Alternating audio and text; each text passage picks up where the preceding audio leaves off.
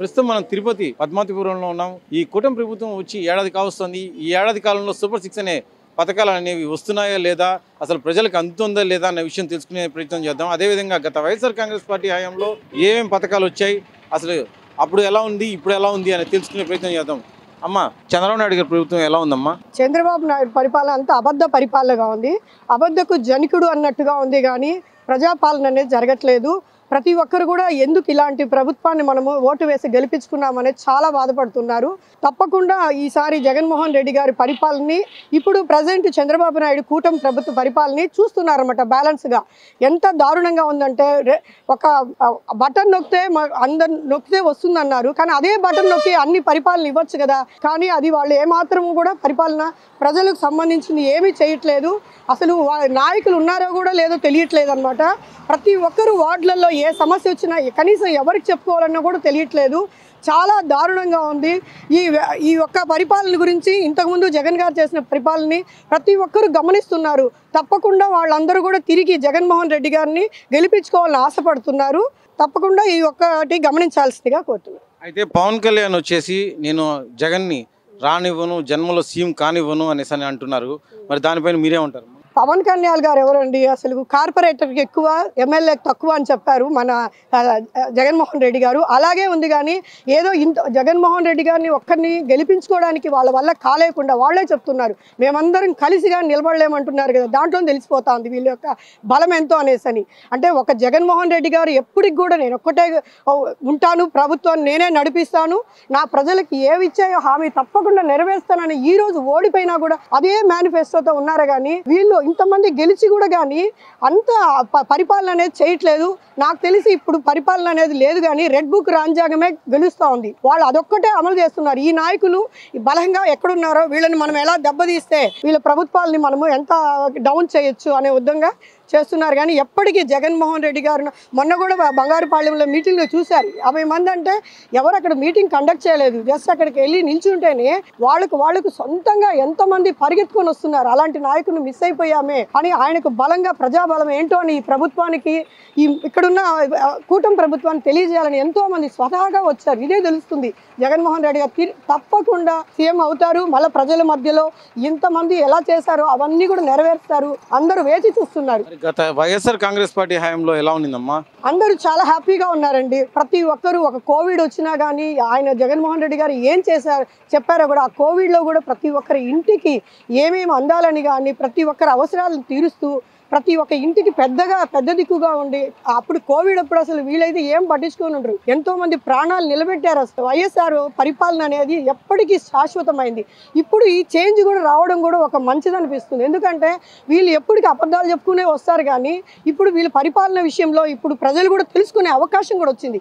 కాబట్టి జగన్మోహన్ రెడ్డి గారు శాశ్వతంగా ప్రజల దగ్గర వచ్చి శాశ్వతంగా పరిపాలిస్తారని కూడా అందరూ ప్రజలు ఎదురు చూస్తున్నారు. అన్న, చంద్రబాబు నాయుడు గారి ప్రభుత్వం ఎలా ఉందన్న? మాయ మాటలు, ఇది ఒక నీళ్ల మూట అన్నమాట.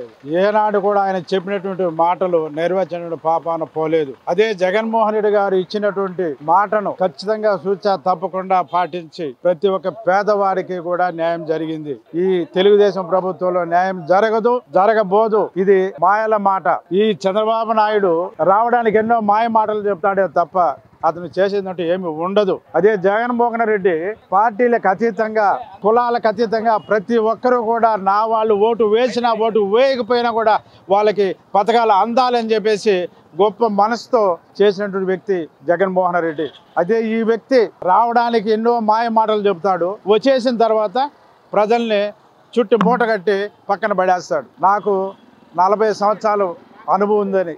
అంటే ఈ అనుభవం ఆయన నేర్చుకున్నది ఏమంటే మోసం చేయడం నేర్చుకున్నాడు. తక్కువ వయసులో ఉన్నటువంటి వ్యక్తి చేస్తున్నటువంటి పనులు ఎలా ఉన్నాయి, ఇతను ఏం చేస్తున్నాడు, వాళ్ళ కొడుకుని ఇప్పుడు చెప్తున్నాడు కదా, నేను సంపద సృష్టిస్తానంటే ఆ సంపద వాళ్ళ కొడుకుని సృష్టించుకుంటున్నాడు తప్ప ప్రజలకు చేసేందుకు ఏమి లేదు, ఏమి చేయలేడు, చేయబోడు కూడా. ఇక ఈ రోజు ఎలక్షన్ పెట్టిన లక్షల మెజార్టీతో ప్రతి ఒక్కరు కూడా గెలుస్తారు ఎమ్మెల్యేలు. ఈ 75 సంవత్సరాల చరిత్రలో తీసుకుంటే తిరుపతి అభివృద్ధి ఒక యువకుడు చేసినటువంటిది ఎవరు కూడా చేయలేదు. ఘన చరిత్రలో చెప్పుకోదగ్గ విషయం. ఇక్కడ వయసు కాదు, అతనికి ఒక దమ్ము, ధైర్యం. ఈవేళ ఈ కొర్లగుంట రోడ్డు ఎంత ఇరుగ్గా ఉండేది మనం పోవడానికి, ఈవేళ చూడండి ఎంత ఇదిగా ఉందో. అంత దమ్ము ధైర్యం ఉన్న నాయకుడు ఎవరంటే బొమ్మన అభినయ్ రెడ్డి గారు. ఇలాంటి నాయకుడు ఉండాలి కాబట్టి ఖచ్చితంగా ఈ రోజు తిరుపతిలో ఎలక్షన్ పెట్టిన బొమ్మన అభినయ్ రెడ్డి మంచి మెజార్టీతో గెలుస్తాడు. మరి పవన్ కళ్యాణ్ అయితే నేను ఆయన్ని సీఎం కానివ్వను, రానివ్వను, ఈ జన్మలో సీఎం కాలేడు అనేసి అని చెప్పేసి పవన్ కళ్యాణ్ అంటున్నారు. మరి దానిపైన మీరేమంటారు? ఇప్పుడు ఆయన ఆడిదేం లేదు, వెనకాల ఆడిస్తే అతను ఏం చెప్తే అది అతను చెప్తాడు. చంద్రబాబు నాయుడు గారు, అయ్యా నీకు నేను ఈ మూట ఇస్తాను, నువ్వు ఆ పని చేయండి, ఆ పని చేస్తాడు. ఇప్పుడు నీవు ఒక్కటే నిలబడినప్పుడు నువ్వు గెలవలేనప్పుడు ఈవేళ మీరు ఇంతమంది ఎలా గెలిచారు? మీరు ఇది మొత్తం మోసం మోసం మోసం, దగా దగా. చంద్రబాబు నాయుడు ప్రభుత్వం పాలన ఎలా ఉంది చెప్పండి. కూటమి ప్రభుత్వం పాలనలో ఎలా ఉందంటే ఎప్పుడెప్పుడు ఎలక్షన్లు వస్తాయా అని చెప్పేసి రాష్ట్ర ప్రజలందరూ కూడా ఎదురు చూస్తున్నారు. ఎందుకంటే ఏ ఇంటికి వెళ్ళినా కూడా ఎలక్షన్లకు ముందు చంద్రబాబు నాయుడు గారు అయితేనేమి, లోకేష్ గారు అయితేనేమి, పవన్ కళ్యాణ్ గారు అయితేనేమి, మీకందరికీ మేము ఉద్యోగాలు ఇస్తాం, ఉచితాలు ఇస్తాం, ఫ్రీగా ఇస్తాం, ఇప్పుడు ఇస్తున్నటువంటి గవర్నమెంట్ జగన్మోహన్ రెడ్డి గారు ఏదైతే పథకాలు ఇస్తున్నారో ఈ పథకాల కంటే కూడా, ఈ పథకాలను ఆపకుండా ఈ పథకాల కంటే కూడా చాలా గొప్ప పథకాలను ఇస్తామని చెప్పి కితాబు పలికినటువంటి ఈ నారా చంద్రబాబు నాయుడు గారు ఈరోజు ఏ పథకాలు కూడా ఇవ్వకుండా ఉన్న పథకాలన్నింటి కూడా తూట్లు పొడుస్తూ ఈ రాష్ట్ర ప్రజల్ని చాలా మోసం చేశాడు. కాబట్టి ఈరోజు ప్రజలందరూ కూడా వెయిట్ చేస్తున్నారు, ఎప్పుడెప్పుడు 2029 ఎలక్షన్లు వస్తాయా, లేదా ముందుగా 2027లో జమిలీ ఎలక్షన్లు ఎప్పుడెప్పుడు వస్తున్నాయా అని చెప్పి ప్రజలందరూ వెయిట్ చేస్తున్నారు. ఈరోజు ఎవరైనా ఈ రాష్ట్రంలో ఈ కూటమి ప్రభుత్వం వచ్చిన తర్వాత బాగుపడ్డారంటే ముగ్గురు బాగుపడ్డారంటే ఒకటి చంద్రబాబు నాయుడు గారు, లోకేష్ గారు, పవన్ కళ్యాణ్ గారు. వీళ్ళు రాష్ట్రాన్ని దాచుకో అని చెప్పి మూటలు కట్టుకోవడంలో బాగుపడ్డారు. మరి అటైతే పవన్ కళ్యాణ్ అయితే నేను జగన్ని సీఎం కానివ్వను, ఆయన రానివ్వను, ఈ జన్మలో సీఎం కాలేడు అనేసి అని కూడా ఈ కూటమికి సంబంధించిన నాయకులు అంటున్నారు. అదేవిధంగా పవన్ కళ్యాణ్ కూడా ఇదే మాట ఆయన సభలో కూడా చెప్పడం జరిగింది. ఇది కరెక్ట్ అంటారా?